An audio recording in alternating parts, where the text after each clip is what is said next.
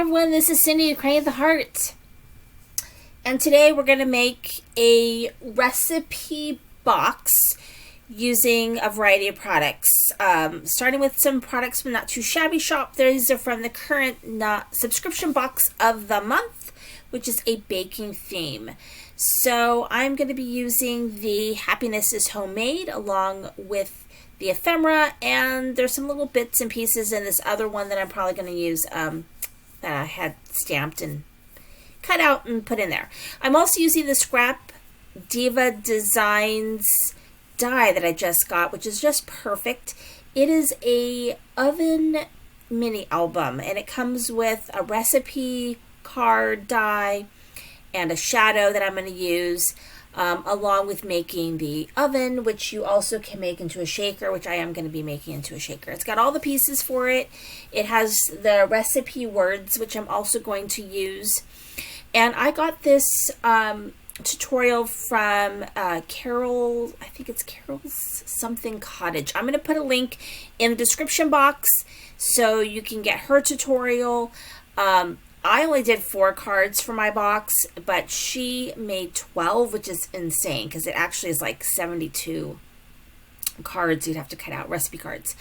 But this is giving you guys just a brief look on what these recipe cards look like.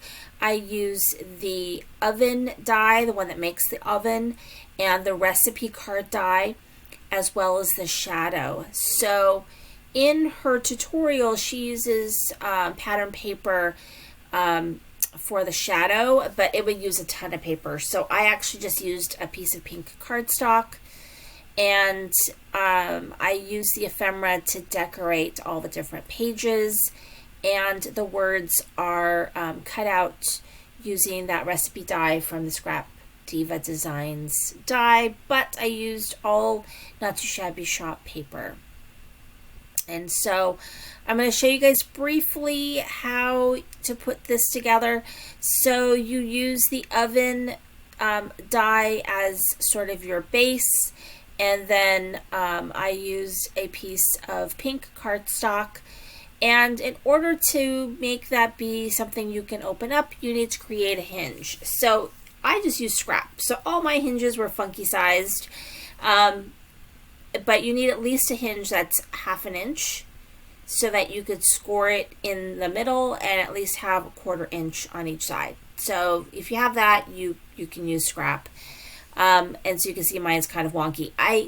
It is good to use the same pattern paper because you will be able to see it. I guess it doesn't really matter. But I actually, in this example I'm showing you, I actually did the wrong way. So it was like the wrong paper was showing, but that's okay. Anyway, I'm just using glue, and so I did a couple of these, and I found this was the easiest way for me. First of all, I need to make sure which way is the top, and I glued my hinge onto the paper first. I found that worked better. Since I'm using glue, it takes a couple of seconds there to make sure the glue adheres. And then once I've done that, then I'm going to go ahead and put glue on the other side of that hinge. Excuse me. And then attach that to my oven. And so, again, give it a little bit of time to set if you're using glue. And then the recipe card then fits right on top. So each of these like recipe card things, you are using 3 recipe cards for each side, so that would be 6 recipe cards, but you only need 2 pieces of pink cardstock. So but we're going to basically put 3 recipe cards on each side, so that way you have room to either write multiple, recipes, or you could have space then to write a longer recipe, because some recipes, actually even 1 card is not going to be enough. You need at least 2 to do most recipes. So that's what I did with all the other cards. And like I said, instead of 12, I only made 4. 12 was a lot. So I just can't believe she made so many. So, but all of hers came out really, really beautiful. So you should look at what she did. But, so once you've got those down, then you want to decorate. And I mean, you could stamp on these, but since I have all this really cute ephemera, especially these little small pieces of ephemera, they really are perfect for decorating these recipe cards. And so I'm just going to dig around and find the right ephemera pieces, and I'm going to go ahead and glue them to my recipe card.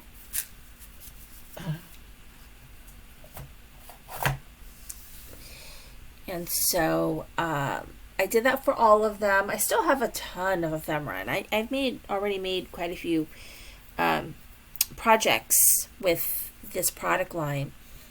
But you do get quite a bit of ephemera, so it's really fun. And so once I'm done gluing all of these, then it's looking into finishing the front of the album.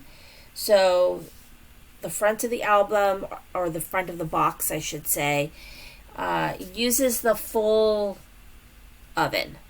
So I basically use the whole, all the pieces that come with the oven. So I kind of had to watch YouTube a little bit to figure out where everything kind of went, make sure I was putting things in the right spot. But I used some silver cardstock, and I used, of course, the Not Too Shabby Shop homemade paper, and then I did go ahead and use the die to make it into a shaker.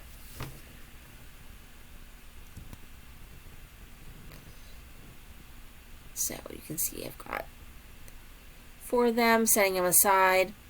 And then here is my oven pretty much put together. So I just need to figure out what I'm going to put in there to shake. But that'll fit right on top. So you have options, like you can hang, little towels and the little pot holder. If I had colored in a pot holder the right color, I would have hung a pot holder. You can see I pulled out the red one, but that just didn't quite work with my color scheme. You'll see that in a second. But I had actually stamped a couple of these little gingerbread cookies that come in the stamp set, and they're teeny tiny, so they're hiding in this ephemera because I had threw them in here in this excuse me, in this bag because I didn't want to lose them. So they're in here somewhere. I found one of them, and so there's 2 of them. And I'm going to go ahead, I'm actually going to glue the little gingerbread guys. I think I'm going to glue them to the back of the oven so that you can see them and they won't just be floating around.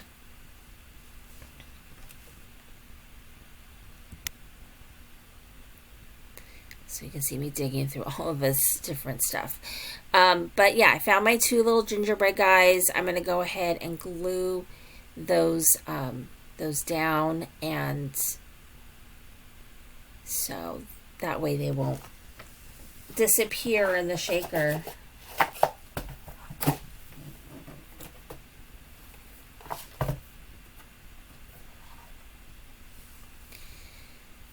So that's down. And then here is the cover. So I just need to sprinkle in some sequins. I'm doing this sort of clear mix.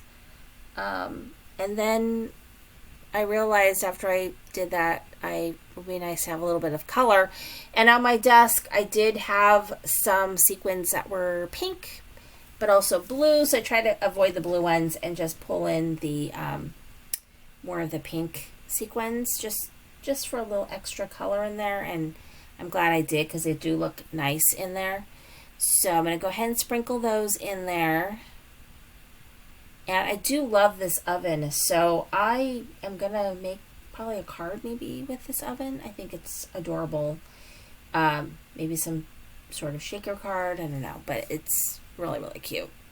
So I've got that all on foam, and this foam is just such a pita. So I still have a bunch of it left. It's just the right height, but it's just hard to get off. And when I was taking this off, some of the sticky got pulled off of it. So that was really frustrating. So I had to use glue on there too. So there, you'll see that. And so that's just a pain in the butt. But that's okay. You know, as crafters, we deal with all kinds of crazy stuff with our, you know, with all of our stuff that we have. So anyway, no worries on that. So I'm putting glue on there.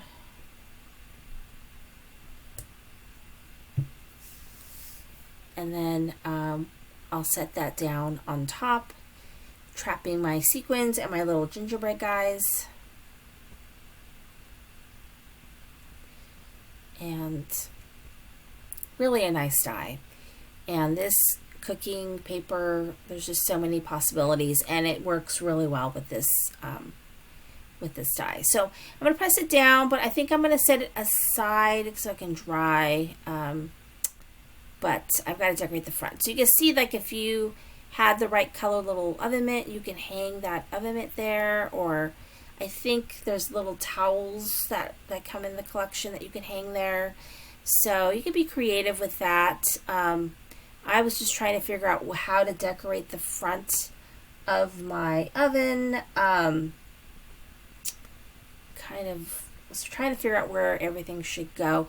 I am keeping the baked with love, but I opted to maybe find something else. I just didn't want the apron. I wanted something a little bit more. And I did have another smaller image of a woman, retro woman, with a cookbook. And so that just kind of worked more for the scale of my project. So I'm going to go ahead and glue those ephemera pieces down, and because this isn't like a card or anything, it's okay to have things kind of sticking off of the edges. You don't have to worry about fitting that into anything. So I'm going to glue that down, and then I need to work on the box. So the box measurements that Carol gives on her channel are designed to fit 12 recipe cards. So 12 is a lot. So the original ones, there's the back. The original one, you needed 2 that measured 3 1/4 by 8 1/2. And I'm not showing you really how to put this together because she does it on her channel way better than me. But I adjusted, so the scoring's exactly the same, but I made mine 2 1/2 by 8 1/2 instead of the 3 1/4. So I made it quite a bit smaller because I didn't need to fit as many, and it works really well. So the size that I used, she had 3 1/4. I changed mine to 2 1/2 by 8 1/2, and then the scoring is exactly the same. And then if you do decide to make your box a little bit smaller, then she gives you measurements, which you could easily measure, to cover the sides and the bottom of the box. So you just need to cut about 1/2 inch to make it fit, or 1/4 inch, maybe 1/2 inch to make it fit. So keep that in mind if you're going to make this box. So I'm using glue and, you know, finagling that glue to get the box to fit. It's just like, what the heck? But I did get it. So I was just trying to, like, you know, move it all around to make it work. And the box, you know, actually it's a really good box. These fit in here perfectly. So once you finagle that box, then you're golden. So I think I started with doing the bottom first, or the back of the box first. And so once I've got both those sides glued down, so the nice thing about glue is it does give you a chance to fool around with it a little bit before it becomes permanent. So that part's good. And then, so once I've got it on there, and then I've got to put glue on it and then press down to get all of those glued down. So this is a really, really fun project. I can just imagine like doing this for different holidays in paper, right? Like Easter and, and instead of recipe cards, you could do this stand-up kind of album, right? You could put pictures in here or whatever. I think that'd be really, really cute. And I don't know. I really, really like this box situation too.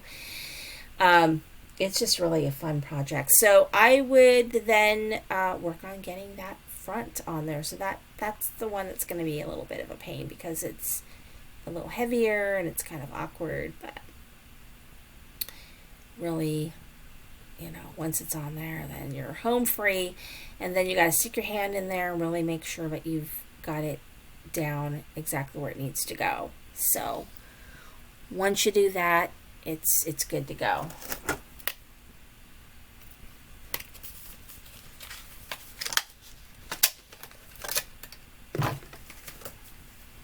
So you've got that last little leg left to do,